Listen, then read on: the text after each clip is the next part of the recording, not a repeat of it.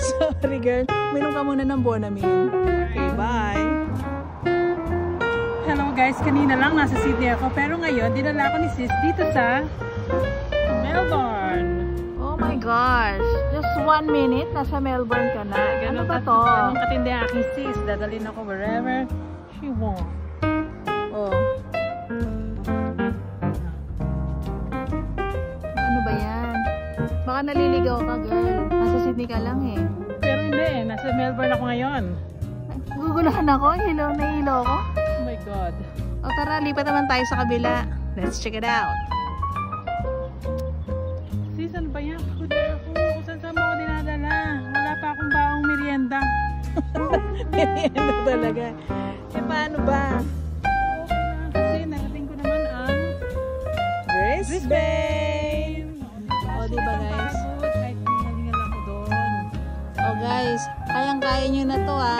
Gayahin nyo lang ginawa namin. Mararating nyo ang Melbourne, Brisbane. Toing, toing, Uwi na tayo sa Sydney. Tara na nga, gutom na ako. Uwi na tayo. Bye!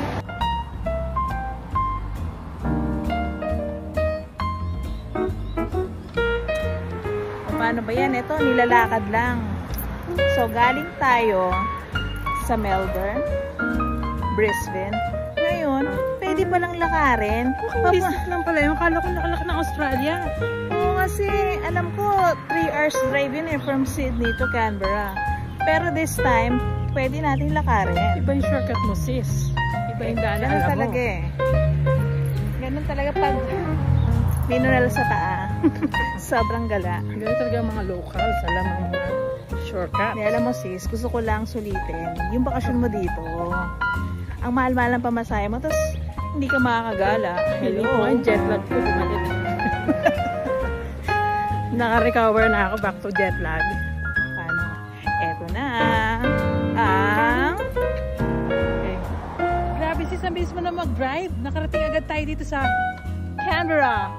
Ano ba to? Nakakaasar eh. Kasi, ganun ako kabilis mag-drive dito guys.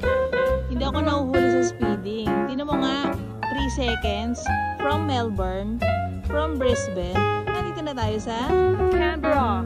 OMG. Sulit na sulit ang bakasyon, Mitch. Ganun talaga pag may sister kang mahilig gumala. Let's go! Sis, akala ko uwi na tayo pero meron pa pala tayong pupuntahan. Saan naman to? Eh, kasi hindi kasi kompleto kung hindi natin ito madadaanan eh. So, paano ba? Tara nga muna saglit. Muna, lakad muna tayo. Okay, dito na. Sa Adelaide. Feeling ko na-check ko na yung bucket list ko, all of them. Pero, sis, gutom na ako, Eh, kailangan bumalik na tayo ng city agad-agad. So, Let's go. mga 5 step lang. Oops. Eto na. Nandito na tayo sa Sydney. Isa ka dito. Woohoo! O, paano? Ayan na. Paano yan na, sis? Tara na, umuwi na tayo. Gutom na ako. Okay, eto na. Mitch, sandali. Ikaw lang bang gusto makarating ng Adelaide?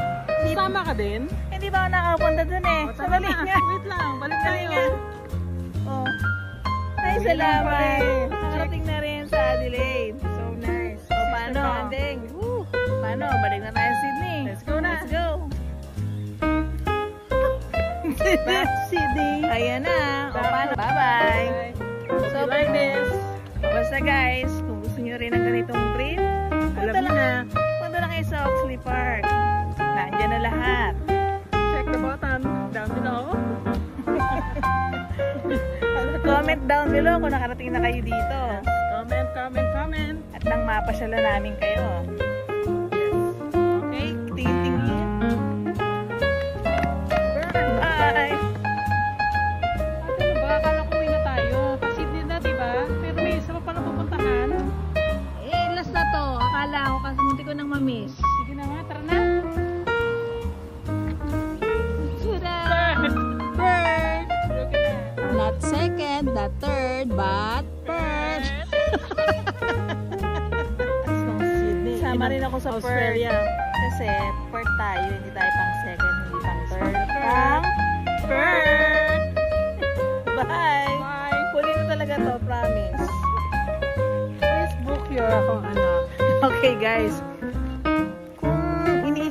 saan matatagpuan ang mga streets na ito. Pwasya lang kayo sa Oxley Park near St. Mary's. Doon yung matatagpuan ng Melbourne Street, Brisbane, Canberra, and Sydney Street. Yes. At kung nahihirapan naman kayong hanapin, please contact my sister directly. PM, comment down below, you know. PM is the key. Yeah. Go, go, go! Maligaw kayo, my sister knows all. Not really all. Okay, bye. I hope you like this